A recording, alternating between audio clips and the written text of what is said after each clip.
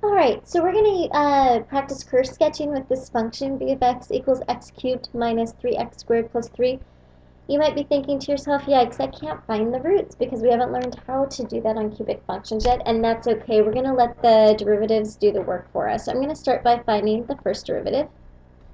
I end up with 3x squared minus 6x. And since I'm at it, I'm also just going to find the second derivative at the same time. So I end up with 6x minus 6. So let's hop back up to that first derivative and go ahead and factor.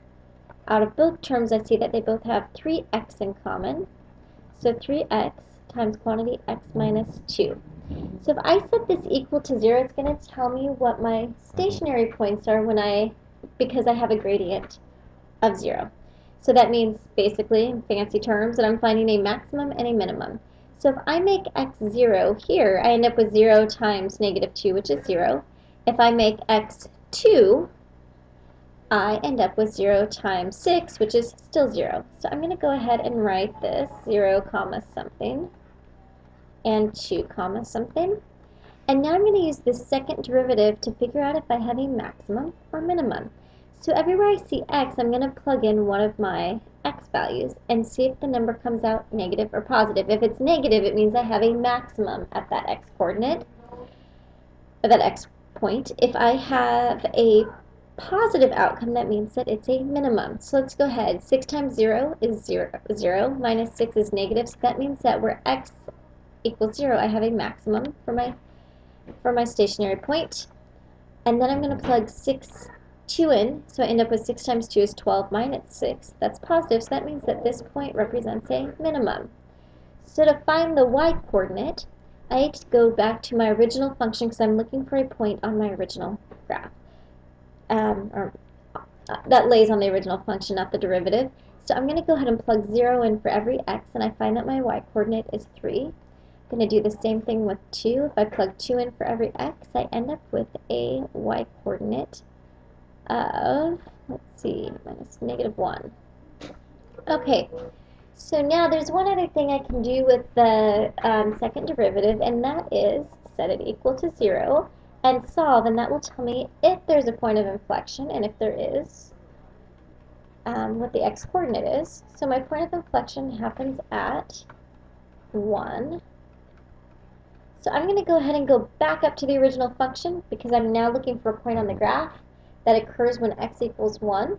So I'm going to plug 1 in here, so I end up with 1 minus 3 plus 3, which is 1. So my point of inflection occurs at 1, 1. Okay, the other thing that I'm going to do is I'm going to make a directionality number line because if you're not exactly sure what a cubic function looks like, which I think you are, but if you're not, it helps to have something that tells us how our graph is going to move. So this is the number line for b prime. So everything that we put in goes into this b prime, either this equation or this one, it doesn't really matter. So I'm going to put negative 1 in. So when I put negative 1 in, I end up with a positive outcome. Okay? When I put positive 1 in, I end up with a negative outcome. And when I put positive 3 in, I end up with also a positive outcome. And for Jacqueline, I'm only writing one positive, one negative, one positive instead of plus, plus, plus, minus, minus, minus, plus, plus, plus. Okay, so that means that my graph is increasing. There's a stationary value at 0. It decreases until it hits 2, and then it increases again. So my graph is going to look something like this, a little more accurate on the number line. Okay, so here we go. 1, 2, 3. 1, 2, 3, and I need to go up probably about the same amount. Okay, so I'm going to go ahead and plot my critical values. So those are the ones we saw. So at 0, 3, I have a maximum. At 2, negative 1, there's my minimum. And then I also have a point of inflection at 1, 1. So that's where my concave is changing.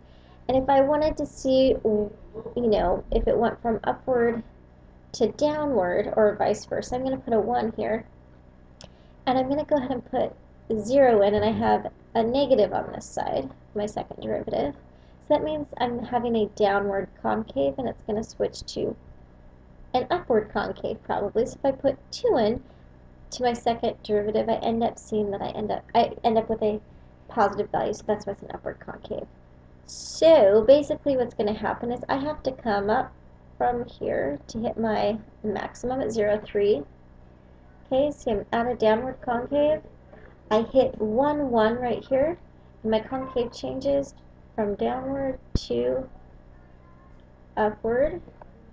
This is my minimum. Since it's a minimum, it means my graph goes back up like this. Okay, and I don't know exactly what my roots are, that's why this is a sketch. So it might be a little more compressed, or it could be a little wider, but that is how you graph this function.